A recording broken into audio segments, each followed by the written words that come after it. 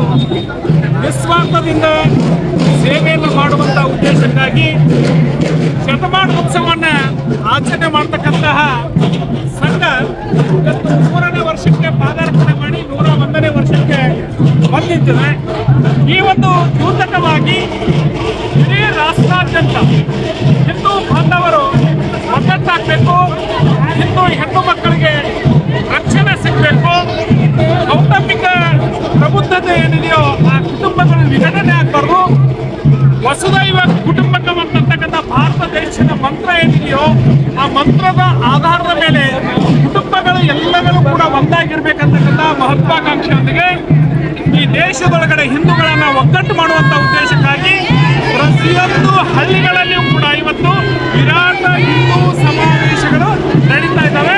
ಇಲ್ಲಿ ಜಾತಿ, ಮತ, ಪಂಥ ಎನ್ನಾರ್ದೆ ಎಲ್ಲರೂ ಕೂಡ ಒಂದೇ.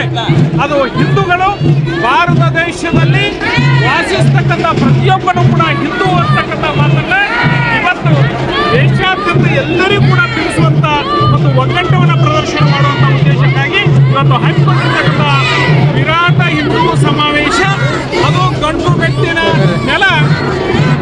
ಬ್ರಿಟಿಷರಿಗೆ ಮೊದಲನೆಯ ಸೋಲನ್ನ ರುಚಿಯನ್ನ ಕಲ್ಪಿಸಿರ್ತಕ್ಕಂಥ ವೀರ ಚೆನ್ನಮ್ಮನ ಐಕ್ಯ ಸ್ಥಾನ ಬೈಲಹೊಂಗಲದಲ್ಲಿ ಸಂಗೊಳ್ಳಿ ರಾಯಣ್ಣ, ಅಮಟೂರು ಬಾಣಪ್ಪ, ಒಟ್ಟಾರೆ ಎಲ್ಲನ್ನ ಈಗ ಅನೇಕ ವೀರರ ಈ ನಾಡಿನಲ್ಲಿ ಇವತ್ತು ವಿರಾಟ ಹಿಂದೂ ಸಮಾವೇಶ ನಡೀತಕ್ಕಂಥದ್ದು.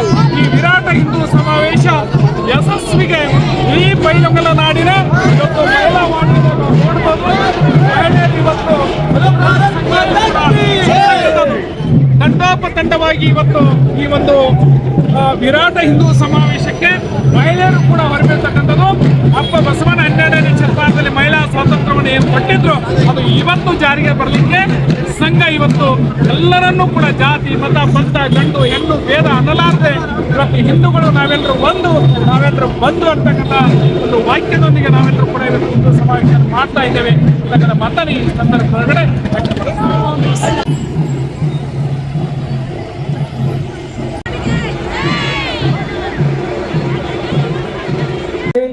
ಬೈಲಹೊಂಗಲ್ ಪ್ರತಿನಿಧಿಗಳಲ್ಲಿ ಜೊತೆಗೆ ಉಪಸ್ಥಿತರಿರುವಂತಹ ನಮಸ್ಕರಿಸುತ್ತಾ ಹಿಂದೂ ಸಮ್ಮೇಳನ ಭಾರತ್ ಮಾತಾ ಕಿ, ಭಾರತ್ ಮಾತಾ ಕಿ, ಭಾರತ್ ಮಾತಾ ಕಿ, ಭಾರತ್ ಮಾತಾ ಕಿ, ಭಾರತ್ ಮಾತಾ ಕಿ ಜೈ.